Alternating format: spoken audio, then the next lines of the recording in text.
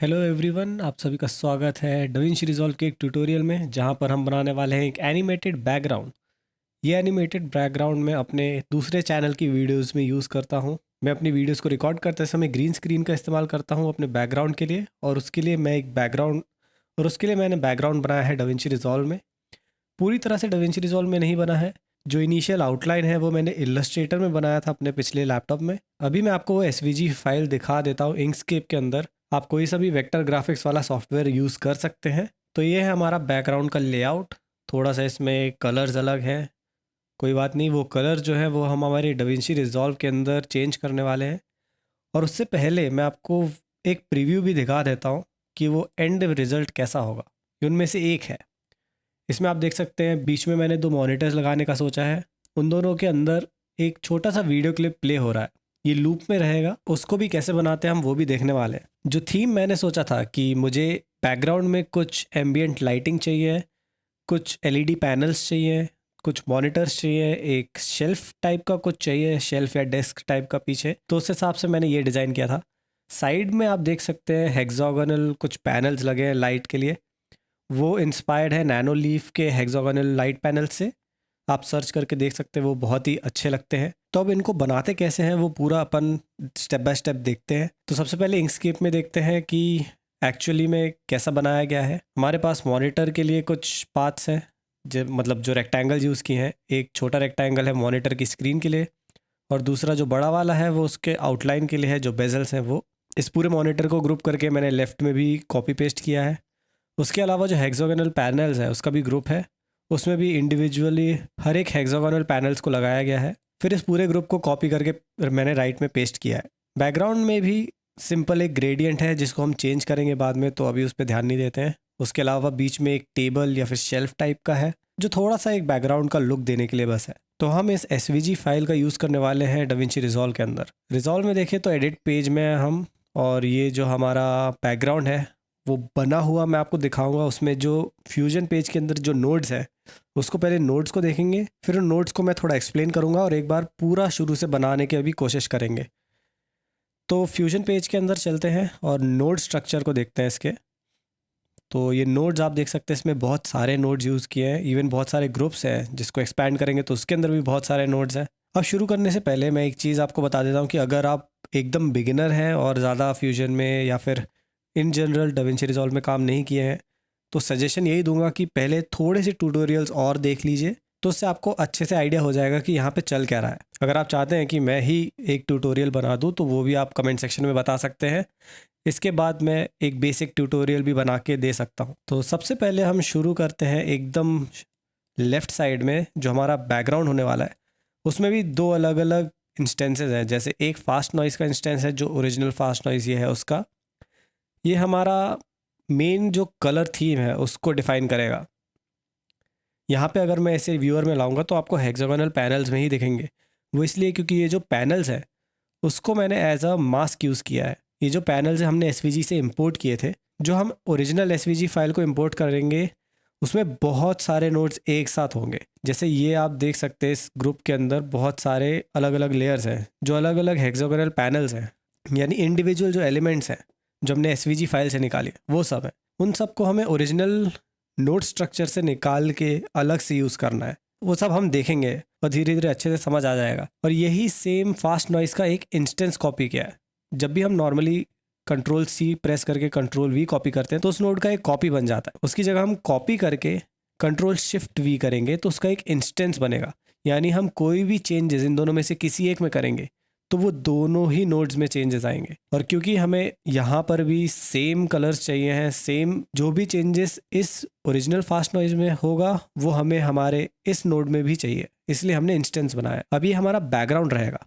इसको ओरिजिनली अगर देखें तो ये कुछ ऐसा दिखेगा। थोड़ा आगे हम लोग देखेंगे तो ये मूव भी कर रहा है। वो इसलिए क्योंकि इसके इंस्पेक्टर में अगर देखें तो सीध रेट हमने थोड़ी सी डिफाइन करी है। वो थोड़ा स्लो रखा है क्योंकि हमें बहुत फास्ट मूवमेंट नहीं चाहिए। स्केल थोड़ा सा क्लोज कर लिया है ताकि बहुत सारा व्यू में ना रहे। और बाकी डिटेल्स, कॉन्ट्रास्ट उसके साथ हम अपने हिसाब से अलग अलग चेंजेस कर सकते हैं। कलर्स में आप देखेंगे तो यहाँ पर मैंने एक्सप्रेशन यूज़ किया है। एक्सप्रेशन थोड़ा एडवांस टॉपिक है। उससे हम ये कर सकते हैं कि जो भी वैल्यू हम यहाँ रखना चाहते हैं वो किसी और नोड में प्रेजेंट हो सकता है। उसके लिए हम एक्सप्रेशन यूज़ करते हैं, वो भी मैं आपको आगे बताऊंगा। तो ये हमारा फास्ट नॉइज़ है, कुछ ऐसा दिखता है। और ये सेम फास्ट नॉइज़ हमारे लाइट पैनल्स में भी है, सॉरी यहाँ पे नहीं, यहाँ पर। तो आप देख सकते हैं हल्के थोड़े बहुत चेंजेस लाइट में आपको देखने को मिल सकते हैं। अब जो हमारा बैकग्राउंड है उसे अच्छे से देखते हैं फिर से। तो इसमें दो बैकग्राउंड के लिए दो इंस्टेंसेस है, एक फास्ट नॉइज़ है जो हमारा लाइट है, दूसरा है मेन बैकग्राउंड। ये एक तरह से उसके ऊपर रहेगा। इसे अच्छे से देखेंगे तो बीच में थोड़ी सी ट्रांसपेरेंसी दिख रही होगी, क्योंकि ये बैकग्राउंड में एक सर्कुलर ग्रेडियंट है, एक रेडियल ग्रेडियंट है, जिसके सेंटर में 80% अल्फा चैनल है, यानी कि 20% ट्रांसपेरेंसी है। और उसके बाहर साइड में इसकी ओपेसिटी 100% है, मतलब वो पूरी तरह ओपेक रहेगा। तो ये थोड़ा सा ट्रांसपेरेंट रखने का रीज़न ये है, जब हम इनका मर्ज देखेंगे, जो इन दोनों से बन के निकलेगा जो हमारा बैकग्राउंड है, वो कुछ ऐसा दिखेगा। हमें हल्का सा एम्बियंट लाइटिंग मिल जाती है जो अगेन सिमिलर रहेगी। तो वो सिमिलर चेंजेस हमें बैकग्राउंड में देखने को मिलेंगे। और उसके ऊपर जो हमने ब्लैक जो बैकग्राउंड रखा है विनियट टाइप, वो उस पूरे एनवायरनमेंट को, जो वो उस पूरे बैकग्राउंड को डार्क करने के लिए है। इसके बाद बैकग्राउंड में एक ग्रेन भी यूज़ किया है। अब इस ग्रेन को मैं डिसेबल करके बताता हूँ ये एक्चुअली यूज़ क्यों किया गया है। बहुत ऑब्वियस सा आपको डिफरेंस नहीं लग रहा होगा, लेकिन एक छोटी सी चीज़ मैं आपको चेंज करके दिखाता हूँ। जैसे इसको, जो वैसे कलर टूम है तो मुझे यहाँ से चेंज करना पड़ेगा, इसको मैं अगर बढ़ा देता हूँ, बहुत ज़्यादा डिफरेंस नहीं आएगा, बट थोड़ा क्लोजली आप देखेंगे तो यहाँ पे आपको बैंडिंग दिखेगी। यह अलग अलग सर्कुलर लाइंस जो है उसे कलर बैंडिंग कहते हैं। ये एक्चुअली हमारे स्क्रीन के डेप्थ की वजह से, कलर डेप्थ की वजह से होता है, क्योंकि वो बहुत ज़्यादा नहीं है इसलिए हमें वो बैंडिंग दिख रही है। उसको पोटेंशियली रिड्यूस करने के लिए हम ग्रेन का यूज़ करते हैं।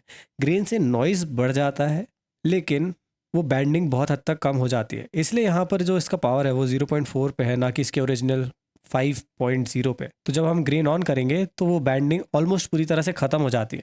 इसके लिए ग्रेन यूज़ किया गया है। और जहाँ तक मैंने कलर चेंज किया था तो उसे भी वापस कर देते हैं और ग्रेन को वापस ऑन कर देते हैं। अब यहाँ तक हमारा ये है मेन बैकग्राउंड। उसके ऊपर हमने अपनी लाइट पैनल्स को लगाया है। तो लाइट पैनल्स में देखें तो हमारा जो लाइट पैनल्स है, हमारे हेक्सागोनल पैनल्स हैं, उनका एक ग्रुप है। उसको हमारे फास्ट नॉइज़ के लिए एक इफेक्ट मास्क की तरह यूज़ किया गया है। और फिर वैसे अभी फास्ट नॉइज़ को बस देखें तो वो कुछ ऐसा दिखता है। उसके आगे हमने एक ग्लो नोड भी ऐड किया है जो हल्का सा ग्लो लाता है, और वो फिर कुछ ऐसा दिखता है, थोड़ा सा ग्लो उसकी बैकग्राउंड में लाने के लिए। तो यहाँ तक जो हमारा बैकग्राउंड दिखेगा वो कुछ ऐसा दिखेगा। मैं यहाँ पे डायरेक्टली प्ले नहीं कर रहा हूँ क्योंकि वो बहुत स्लो चलेगा। आप देख सकते हैं यहाँ पे नीचे ये 15 फ्रेम्स पर सेकंड पे चल रहा है, और जो मेरी टाइमलाइन है वो 60 फ्रेम्स पर सेकंड पे चलती है। तो ऑलमोस्ट 1/4 स्पीड पर चल रहा है, ये इसलिए क्योंकि ये थोड़ा हैवी हो जाता है। आपके इसमें भी थोड़ा हैवी हो सकता है, तो यहाँ पे टाइमलाइन रेजोल्यूशन आप हाफ या फिर क्वार्टर कर सकते हैं। उससे क्या है कि क्वालिटी थोड़ी गिर जाएगी हमारे प्लेबैक की, लेकिन स्पीड बढ़ जाएगी। ये आप देख सकते हैं यहाँ पे ओरिजिनल, ऑलमोस्ट ओरिजिनल स्पीड पे चल रही है, लेकिन ज़्यादा कुछ डिफरेंस समझ नहीं आ रहा है क्योंकि उसकी क्वालिटी बहुत कम है। मैं इसे फुल में रख देता हूँ क्योंकि हमें उतनी रिक्वायरमेंट नहीं पड़ेगी इसे क्वालिटी कम करने के लिए। अब इसके बाद हमारे पास दो और मर्ज नोड्स हैं, और जैसे सिलेक्ट करके देखें तो हमें एक आउटलाइन दिख जाता है कि ये क्या है। ये हमारा शेल्फ होने वाला है। क्योंकि मैंने अभी एक मास्क को यूज़ किया है तो ये एक अल्फ़ा चैनल दिखाता है एक तरह से। अल्फ़ा चैनल नहीं बल्कि मास्क का जो चैनल होता है, जिसमें वाइट एरिया जितना है वो हमारा यूजेबल मास्क है, और उसके अलावा ब्लैक एरिया यूज़ नहीं होता है। तो इन दोनों को एक साथ हम मर्ज करके अपने व्यूअर में लाते हैं और हमारा बैकग्राउंड कुछ ऐसा दिखता है। तो यहाँ तक सब ठीक है। अब इसके आगे हमारे पास दो ग्रुप्स हैं जिसको ट्रांसफॉर्म करके यहाँ लगाया गया है, और यहाँ से समझ आ रहा है कि ये हमारे मॉनिटर्स होने वाले हैं। अब ये ग्रुप क्यों है? ग्रुप को यहाँ पे मैं ओपन करता हूँ व्यूअर में तो ये कुछ ऐसा दिखता है। इसका थोड़ा डायमेंशन भी चेंज हो जाते हैं क्योंकि इसके डायमेंशन है 1920x1080 जो यूजुअली हमारा फुल HD रेजोल्यूशन होता है। मेरी जो टाइमलाइन है, अगर हम इसे हमारे व्यूअर में ला के देखें तो उसका रेजोल्यूशन 21:1080p है। ऐसा इसलिए क्योंकि मैं जो वीडियोस बनाता हूँ, जिन वीडियोस में मैं इस बैकग्राउंड को यूज़ करने वाला हूँ, वो सारी वीडियोस में इसी रेजोल्यूशन में अपलोड करता हूँ। उसका कोई स्पेसिफिक रीज़न नहीं है, बस उससे मुझे थोड़ा वाइड व्यू मिल जाता है। बहुत सारे यूट्यूबर्स इसे यूज़ करते हैं ताकि हमारे जो फ़ोन के स्क्रीन्स हैं उसमें अच्छे से फिट हो जाए। हमारे जो फ़ोन के स्क्रीन्स हैं वो ट्रेडिशनल 1920x1080p से थोड़े और लंबे होते हैं। उस स्क्रीन को थोड़ा सा भरने के लिए इस एस्पेक्ट रेशियो को यूज़ करता हूँ। तो ये अभी तक हमारे पास इतने एलिमेंट्स आ गए हैं, और ये जो हमारा स्क्रीन है ये हमारे एक्चुअली स्क्रीन का जो एनिमेशन है वो है। अब इस ग्रुप को अगर एक्सपैंड करेंगे तो इसमें बहुत सारी चीज़ें हैं। वो इसलिए क्योंकि ये एनिमेशन मैंने रेंडर करके इसमें अपलोड नहीं किया है, ये एनिमेशन रियल टाइम में बन रहा है। इस एनिमेशन के लिए भी एक दूसरी टाइमलाइन में मैंने इसको बनाया था पहले, तो वो दिखा देता हूँ। और ये हमारा एनिमेशन है, ये कुछ ऐसा दिखता है। मैंने इसे प्ले नहीं किया, अपने प्ले हेड को मूव करके दिखा रहा हूँ। यहाँ पे प्ले करूँगा तो ये रियल टाइम में हो जा रहा है। तो ये जो पूरा क्लिप है वो है हमारा 30 सेकेंड्स का। ये 30 सेकेंड्स में ऐसे शुरू होता है कि हमारे जो तीनों सर्कल्स हैं वो पूरी तरह से ऐसे मूव करते हैं, जिनकी लाइंस पूरी एक्सपैंड होती है और फिर वापस आके बंद हो जाती है। ये सेम इफेक्ट हमारे टेक्स्ट में भी है। T7 जो मैं अपने चैनल से रिलेटेड है वो एक तरह से एक लोगो जैसा ही है। तो इस एनिमेशन को देखते हैं हमारे फ्यूजन पेज में कैसे बनाया गया है। तो उसमें भी बहुत सारे नोट्स देखने को मिल सकते हैं। पहले जो हमारा बैकग्राउंड है वो कुछ नहीं, सिंपल एक ब्लैक बैकग्राउंड है जो आप यहाँ से निकालेंगे तो वो भी सेम ही रहेगा, सिर्फ फॉर्मेलिटी के लिए है। उसके बाद हमने ऐड किया एक फास्ट नॉइज़। वो फास्ट नॉइज़ कुछ ऐसा दिखता है क्योंकि उसमें एक एलिप्स भी डाला है जिसमें थोड़ा सा सॉफ्ट एज है और ये कुछ ऐसा मूव करता है। अब इसका जो कलर है वो हम बाद में भी चेंज कर सकते हैं और हमारे जो ओरिजिनल एनिमेशन है, जो मेन एनिमेशन होने वाला है, उसमें चेंज करने भी वाले हैं। तो वो कलर यहाँ से चेंज हो सकते हैं। आपने देखा होगा मेरे जो फास्ट नॉइज मेरे मेन एनिमेशन में है उसमें हम एक्सप्रेशन यूज़ करते हैं। वो इसलिए यूज़ करते हैं ताकि सारे जितने भी बैकग्राउंड्स हैं वो चेंज हो सके एक साथ। तो जो यहाँ तक हमारा जो मेन स्क्रीन का जो एनिमेशन बनता है वो कुछ ऐसा दिखता है। उसके बाद हम ऐड करते हैं हमारे मेन टेक्स्ट को, जो हमारा लोगो है और जो हम उसके ऊपर सर्कल्स है वो। उसके लिए DaVinci Resolve के जो वेक्टर बेस्ड एलिमेंट्स है उनको यूज़ किया है। जो ऐसा आप देख रहे हैं वो इफेक्ट्स में आप देख सकते हैं। टूल्स के अंदर जो शेप है उसके अंदर आते हैं। आप इन्हें भी यूज़ कर सकते हैं, आप चाहे तो यहाँ से मास्क भी यूज़ कर सकते हैं। दोनों में ज़्यादा डिफरेंस नहीं आता है। तो एलिप्स को देखें तो ये कुछ ऐसा दिखता है। अभी यहाँ पे कुछ प्ले नहीं हो रहा है। यहाँ पे देखेंगे तो एक की फ्रेम लगा हुआ है, वो की फ्रेम पोजीशन के लिए है। हमने पोजीशन को एनिमेट किया है। और लेंथ को देखें तो यहाँ पर एक एक्सप्रेशन यूज़ किया है जिसमें कस्टम टूल यूज़ किया गया है।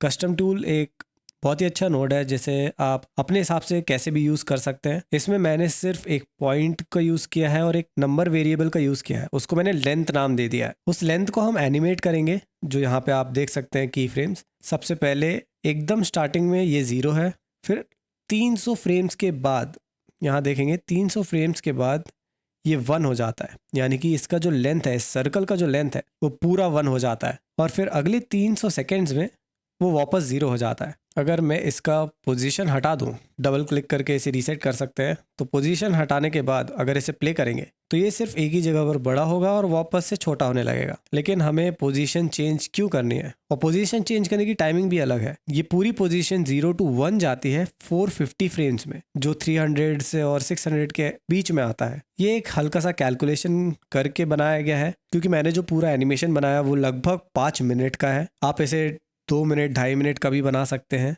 तो ये जो पोजीशन है वो एक्चुअली इस आर्क का इनिशियल पॉइंट है।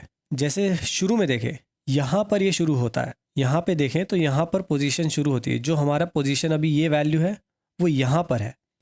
थोड़ा सा इसको आगे बढ़ाएंगे, पोजीशन ये वाली आगे बढ़ गई, जो अब आगे बढ़ चुकी है। ऐसे ही ये पोजीशन थोड़ी चेंज होती रहेगी। जैसे 300 फ्रेम पर देखिए ये पूरा सर्कल कंप्लीट हो जाता है, लेकिन जो पोजीशन है वो 1 तक नहीं पहुंचती, यानी कि अपने ओरिजिनल पोजीशन पे नहीं आती है। जो पोजीशन की 0 वैल्यू है और 1 वैल्यू है वो दोनों एक ही पॉइंट पर है। फॉर सम रीज़न इस जगह पे आती है। जब 450 पहुंचता है तो उसकी पोजीशन यहाँ आ जाती है अपने ओरिजिनल प्लेस पे। अब इसके आगे देखें तो हमारे पास और कोई की फ्रेम नहीं है। इवन की फ्रेम्स में जाकर देखें, मैं एलिप्स को सिलेक्ट करूं क्योंकि मैंने यहाँ से ऑन किया है अपना show only the selected tools. तो की फ्रेम्स सिर्फ 2 ही हैं, लेकिन ये बार बार चेंज हो रहा है। वो इसलिए क्योंकि हमने इसमें स्प्लाइन मोड में देखे, एलिप्स सिलेक्ट करें तो ये कंटिन्यू होता है बार बार। जो हमारा पोजीशन है सिर्फ उसे देखते हैं तो वो यहाँ तक तो ठीक है कि ये हमारा आखिरी की फ्रेम था, लेकिन फिर उसके बाद वो कंटिन्यू भी हो जाता है। अब ये डॉटेड लाइंस जो आप देख रहे हैं, थोड़ा सा जूम आउट करके दिखा देता हूँ। ये जो डॉटेड लाइंस हैं वो एक्चुअली एक कंटिन्यूस लूप में चला गया है। उसके लिए हमें इन दोनों की फ्रेम्स को यहाँ पे सिलेक्ट करना है इसी ग्राफ के अंदर, और ये सेट पिंग पोंग उसको सिलेक्ट करना है। उससे क्या होगा, ये जितना भी अभी तक का ग्राफ बना है वो रिपीट होता रहेगा मिरर्ड फॉर्म में। उसकी जगह हम ये भी कर सकते थे सेट रिलेटिव, उससे ये ऊपर जाते रहता, यानी कि ज़्यादा डिफरेंस तो नहीं आता, लेकिन ये जो वैल्यू है वो बढ़ती जाती, यहाँ तक 1 जो हमारा पहले था वो 450 फ्रेम पे 1 पे आता, लेकिन उसके बाद कम होते जाता। रिलेटिव सिलेक्ट करने से वो ऊपर जाता, यानी कि उसकी वैल्यू बढ़ती जाती, बट हम इसे वहीं रखेंगे क्योंकि उसमें ज़्यादा डिफरेंस नहीं आ रहा और ज़्यादा सेंस भी बनाता है। फिर उसके बाद वो अपना वापस से पोजीशन चेंज करते जा रहा है। ये हमारा एनिमेशन सर्कल का हो गया। अब हमने क्या किया है कि उसको डुप्लीकेट किया है। अब डुप्लीकेट हमने इसको किया है कितनी बार? 2 बार। तो इसको देखें तो ये 2 बार डुप्लीकेट हुआ है।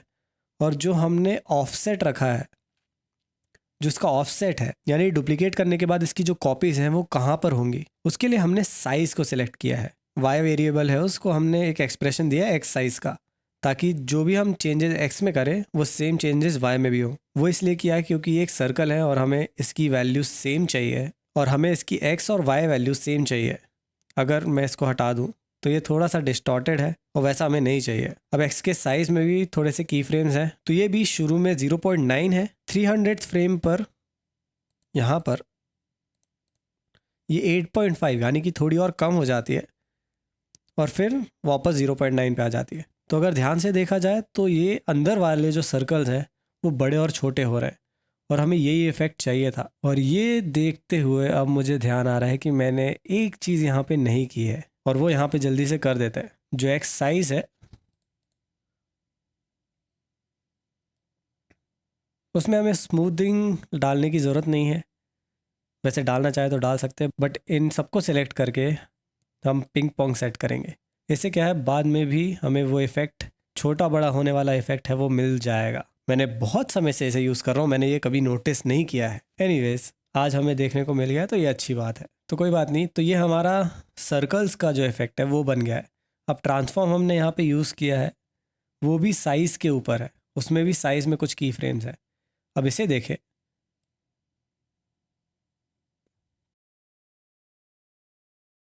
डुप्लीकेट की तरह ही ये भी बड़े और छोटे करने के लिए है, बट ऑपोजिट में। यानी कि हम 300 फ्रेम पर इसे थोड़ा सा बड़ा कर रहे हैं और अगले 300 में वापस इसे इसकी ओरिजिनल साइज़ में ला रहे हैं। और इसमें पिंग पोंग इफेक्ट है तो ये बार बार होता रहा है। तो ये हमारा आउटर सर्कल का एनिमेशन है। अब देखते हैं इसके अंदर जो टेक्स्ट हम यूज़ करने वाले हैं उसका एनिमेशन। तो टेक्स्ट में मैंने यूज़ किया है T7, जो मेरे चैनल से थोड़ा रिलेटेड है। इसको मैं अपने चैनल के नाम के हिसाब से यूज़ करता हूँ। वैसे तो 4T7 के है, बट T7 मैं अपने इनिशियल्स के हिसाब से यूज़ करता हूँ। तो इस टेक्स्ट को ऐसा बनाना थोड़ा सा टफ है, क्योंकि मैंने टेक्स्ट में तो T7 लिखा है, बट उसके साथ मैंने इसमें एक कैरेक्टर लेवल स्टाइलिंग किया है जो इसका एक मॉडिफायर है। अब इसमें मैं 7 को सिलेक्ट करूं तो इसका कुछ वैल्यूज़ ऐसी है, उसका साइज़ 0.2 है, और अगर T को देखूं तो उसका साइज़ 0.35 है। और इसकी पोजीशनिंग में हम थोड़ी चेंज कर सकते हैं, जैसे इसमें किया है, नहीं तो ये 7 थोड़ा उसी पोजीशन पे होता। हम इसको सिलेक्ट करके इसको मूव भी कर सकते हैं, और मुझे ऐसा लगा कि ये पोजीशनिंग ठीक है, इसलिए इसे ऐसे ही रहने देते हैं। अब जो हमारा ओरिजिनल एनिमेशन है जो यहाँ पर है, उसमें ये आउटलाइन यूज़ किया है, तो उसके लिए हम एस टेक्स्ट का आउटलाइन यूज़ करने वाले हैं। एस से शुरू होने वाले जितने नोड्स हैं, यानी कि वो एक शेप नोड हैं जो वेक्टर बेस्ड रहते हैं, उनकी हम आउटलाइन इस नोड की हेल्प से बना सकते हैं। जैसे ये हमारा टेक्स्ट है, उसके लिए जो ये आउटलाइन नोड है वो ऐसा दिखेगा। अब इस आउटलाइन नोड में भी कुछ एनिमेशंस हैं, कुछ की फ्रेम्स हैं, जैसे इसकी पोजीशन और लेंथ। अब लेंथ में देखें तो यहाँ पर भी हमने कस्टम टूल का इस्तेमाल किया है, तो वो सेम चेंजेस जो एलिप्स के अंदर है, जो एलिप्स की लेंथ में है, वो सेम चेंजेस इसकी आउटलाइन में भी होंगे। कस्टम टूल में देखें 300 फ्रेम पर जब ये पूरा होएगा तो एलिप्स भी पूरा ही होगा। तो ये सिमिलैरिटी लाने के लिए हमने कस्टम टूल का इस्तेमाल किया था, ताकि दोनों की जो वैल्यूज़ है वो सेम रहे, दोनों की लेंथ की वैल्यू सेम रहे। अब आउटलाइन को हम वापस व्यूअर में लाते हैं। इसकी पोजीशन देखें तो इसकी पोजीशन की की फ्रेम्स बहुत अलग है। वो इसलिए है क्योंकि इसमें मुझे थोड़ी सी वेरिएबिलिटी लानी थी, ताकि ये इलिप्स के साथ मैच ना करे। तो उसके लिए हमने 0th फ्रेम में हमारा पहला की फ्रेम रखा जिसकी पोजीशन 0 है, और अगला की फ्रेम सीधे 900th फ्रेम पर है, यानी कि वापस अपने ओरिजिनल पोजीशन पे 900th फ्रेम पर आता है। अब इसको भी हमने थोड़ा सा ट्रांसफॉर्म दिया है, और जिसमें हम एक्स साइज़ और वाई साइज़ को चेंज कर रहे हैं, और ये सिमिलर है। इसको भी हम व्यूअर में ला के देखें तो ये थोड़ा छोटा होता है और फिर बड़ा होता है। जो फाइनल हमारा इन दोनों को मिला के बनता है उसको देखें तो ये आउटर सर्कल बड़ा होता है लेकिन टेक्स्ट छोटा होता है, और एग्जैक्टली ऑपोजिट वे में ये फ्लो हमें मिलता है। अब ये जितने भी शेप वाले टूल्स हैं इन्हें डायरेक्टली यूज़ नहीं कर सकते, तो उसके लिए हमें एक रेंडरर का यूज़ करना पड़ता है। उस रेंडर को यूज़ करने के बाद उसमें हम एक ग्लो ऐड करेंगे, और वो ग्लो में हमें एक सटल सा ग्लो मिलता है जो वाइट के ऊपर हल्का सा ब्लर देख सकते हैं। और उसके बाद हम उसे अपने मेन बैकग्राउंड में मर्ज करेंगे, और हमें मिलता है हमारा फाइनल लोगो वाला एनिमेशन जो हम मॉनिटर के ऊपर यूज़ करने वाले हैं। अब मैं ये भी कर सकता था कि इस चीज़ को मैं डायरेक्टली रेंडर करके फिर अपने मेन एनिमेशन में डालूं, लेकिन फिर प्रॉब्लम ये हो सकती थी कि जो हम इसमें बैकग्राउंड यूज़ कर रहे हैं वो एक फास्ट नॉइज़ है, और वो यहाँ पर एंड होता है। जो ये एंड होता है और जहाँ से ये शुरू होता है, उन दोनों की पोजीशंस थोड़ी अलग अलग है। ये हमें कंटिन्यूअस चाहिए, उसके लिए हमें इस पूरे नोड को कॉपी करके जो हमारा मेन कॉम्पोजिशन है, जो मेन एनिमेशन है, उसमें एज अ ग्रुप पेस्ट करना होगा। उससे क्या होगा, जो हमारा पूरा एनिमेशन है वो कंटिन्यूअस होगा, और इसमें भी हम वो सेम कलर्स यूज़ करने वाले हैं। तो उसके लिए हमने यहाँ पर भी एक्सप्रेशन का यूज़ किया है, जैसे हम कलर 1 और कलर 2 में यूज़ करने वाले हैं। ये जो दो नोड्स हैं कलर 1 और कलर 2, ये कलर जनरेटर्स हैं। ये एक नोड ऑल बाय डिफ़ॉल्ट हमें मिलता है, और उसमें कलर्स के लिए हमें ऑप्शन मिल जाते हैं, तो मैंने उसे यूज़ किया है। कलर 1 और कलर 2 में ज़्यादा डिफरेंस नहीं है। कलर 2 एक डार्क टिंट है, और कलर 1 जो है उसका लाइटर टिंट है, जिसकी हेल्प से हमें वो फास्ट नॉइज़ की वजह से ये एनिमेटेड इफेक्ट मिलता है। इस पूरे ग्रुप को हमने कॉपी करके पेस्ट किया था, थोड़ा सा एडजस्ट किया गया है, और ये जो फाइनल ग्रुप है उसका एक ट्रांसफॉर्म बना के उसे हमने मॉनिटर के ऊपर प्लेस किया है। अभी एक्सप्लेन करते हुए मुझे समझ आ रहा है कि ये वीडियो बहुत बड़ी हो सकती है। मे बी मैं इसके 2 पार्ट्स बना दूँ, इसे पार्ट्स में डिवाइड कर दूँ, या फिर एक बहुत लंबी वीडियो बना दूँ। तो जैसा भी होगा इस वीडियो के एंड में देखते हैं, तब समझ आ जाएगा। अब यहाँ तक हम देखें, जो फाइनल इमेज है यहाँ तक, इस मॉनिटर्स को ऐड करने तक, इन मॉनिटर्स को ऐड करने तक वो कुछ ऐसा दिखता है। बट हम ध्यान से देखें तो मॉनिटर्स एक्चुअली ऐड नहीं हुए हैं, ये हमारा वीडियो बस है, क्योंकि मॉनिटर्स हमारे यहाँ पर है। और अगर हम देखें तो ये जो मॉनिटर है नोट स्ट्रक्चर के हिसाब से हमारे वीडियो प्लेबैक के ऊपर है, लेकिन फिर भी हमें वीडियो दिख रहा है।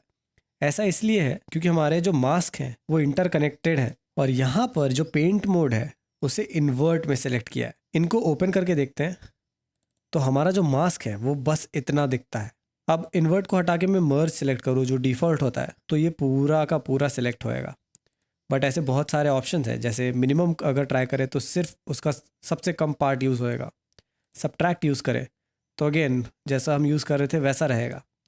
एवरेज, एवरेज में उनकी वैल्यूज़ का एवरेज यूज़ होता है। बाहर क्योंकि कुछ भी सिलेक्टेड नहीं था तो पूरा ब्लैक है, बीच में क्योंकि दोनों ओवरलैप कर रहे हैं तो वो 1 है, और जहाँ पर सिर्फ एक ही मास्क है वहाँ पर उनका एवरेज है, यानी 0 और 1 का एवरेज जो कि 0.5 है। बट हमें इन्वर्ट यूज़ करना है जो यहाँ है, जिससे हमें ये इफेक्ट मिलेगा, और इसे हम देखें यहाँ तक तो हमें मॉनिटर मिल जाता है। अब यहाँ पर भी जो सेकंड मॉनिटर है उसे भी हम ले आते हैं, तो वो कुछ ऐसा दिखता है। और ये हमारा ऑलमोस्ट पूरा काम हो गया है, लेकिन थोड़ा सा नेचुरल लुक देना है। अब ये देखें तो इसके कॉर्नर्स अगर हम देखें, ये काफ़ी शार्प है, ये काफ़ी शार्प लग रहे हैं। और क्योंकि इसके सामने मैं अपना टॉकिंग हेड वीडियो डालने वाला हूँ तो मुझे एक ब्लर इफेक्ट भी चाहिए। इसके आगे एक मर्ज नोड भी है जो बेसिकली एक ट्रांसपेरेंट बैकग्राउंड है। यहाँ पे कुछ भी नहीं है, वो इसलिए ऐड किया गया है ताकि एक बैकग्राउंड डिफाइन हो जाए। इसके जो डायमेंशंस है, इस पूरे वीडियो आउटपुट के जो डायमेंशंस है वो डिफाइन हो जाए। तो यहाँ तक यानी कि हमारे आखिरी मॉनिटर तक जितना वैल्यू था इस नोड को ऐड करने के बाद भी ये उतना ही रहेगा। उसके बाद हमने एक डी फोकस नोड का इस्तेमाल किया है। डी फोकस से क्या होता है, थोड़ा सा फोकस हम हटा सकते हैं जो हमें इसमें देखने मिल सकता है। मैं दोनों व्यूअर्स ओपन करके दिखाता हूँ, जिसमें पहले एक फोकस से पहले का वैल्यू होगा और ये फोकस के बाद का। तो आप डिफरेंस देख सकते हैं यहाँ पे कितनी शार्पनेस है और यहाँ पे कितना अच्छा सटल लुक मिल रहा है। अब यहाँ तक भी ठीक है, ये बहुत अच्छा लग रहा है, लेकिन मैं चाहता हूँ कि थोड़ा सा फोकस सेंटर की तरफ रहे जहाँ पर मैं बैठूँगा। तो आउटर एरियाज़ में हमें थोड़ा सा डार्कनेस चाहिए। उसके लिए 2 मेथड्स हैं। एक तो हम एलिप्स नोड लेके उसे थोड़ा एडजस्ट करके इसमें थोड़ी सी सॉफ्टनेस ऐड करके इसे इन्वर्ट करके एक बैकग्राउंड नोड लाएं जिसमें जिसका कलर ब्लैक रखेंगे, इसके ऊपर ऐड कर देंगे। तो इसे देखा जाएंगे तो ये भी काफ़ी हद तक वैसा ही इफ़ेक्ट ले आ रहा है। बैकग्राउंड को हम इसकी ओपेसिटी को थोड़ी कम कर देते हैं तो ये काफ़ी अच्छा इफ़ेक्ट फिर भी मिल जाता है। बट उससे अच्छा एक तरीका है विनिएट। अब डीफोकस तक देखें तो कुछ ऐसा दिखता है, बट विनिएट ऐड करने के बाद हमें ये बहुत अच्छा लुक मिल जाता है। मेरे हिसाब से ये एक बेहतर लुक है। हल्का सा डार्कनेस बाहर की साइड में और सेंटर में फिर भी बहुत अच्छा लुक देखने को मिल जाता है। इसका ऑपरेटिंग मोड और एडवांस रखा है ताकि मैं इसका सेंटर भी चेंज कर सकूं जहां मैं चाहूं, और इसमें बहुत सारी सेटिंग्स भी मिल जाती है, जैसे इसका साइज़ कैसा होगा, थोड़ा छोटा चाहिए, बड़ा चाहिए, इसका जो शेप है वो कैसा चाहिए, ट्रायंगुलर भी रख सकते हैं, डायमंड भी रख सकते हैं, रेक्टेंगुलर भी रख सकते हैं, ये सब आपके ऊपर है। फिर जो एनामॉर्फिज्म है, यानी कि उसका एक तरह से हॉरिजॉन्टल एक्सिस पर जो उसकी विड्थ है वो कैसी होनी चाहिए वो आप एडजस्ट कर सकते हैं। फिर इसकी सॉफ्टनेस भी एडजस्ट कर सकते हैं, इसकी ट्रांसपेरेंसी भी एडजस्ट कर सकते हैं, और इसका कंपोजिट टाइप भी आप चेंज कर सकते हैं। तो ये है हमारा फाइनल आउटपुट, और जैसा शुरुआत में मैंने दिखाया था वो कुछ ऐसा दिखता है।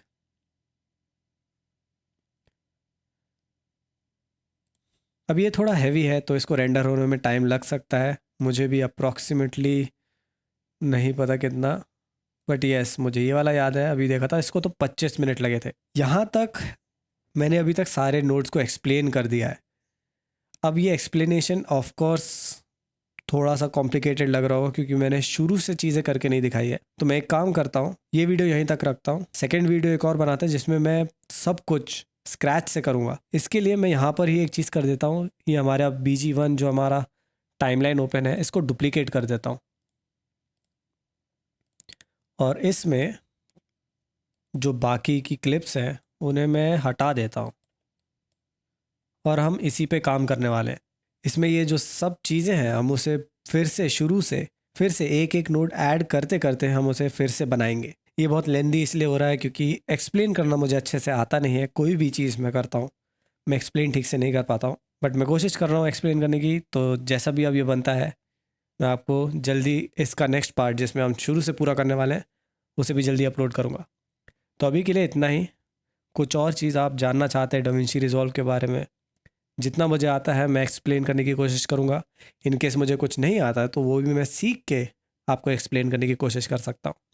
अभी के लिए इतना ही, मिलते हैं अगली वीडियो में। वीडियो पसंद आई तो लाइक कर दीजिए, और जिनको इसकी ज़रूरत हो सकती है उनके साथ इसे शेयर भी कर दीजिए। तो मिलते हैं अगली वीडियो में। Thank you so much for watching. Bye bye.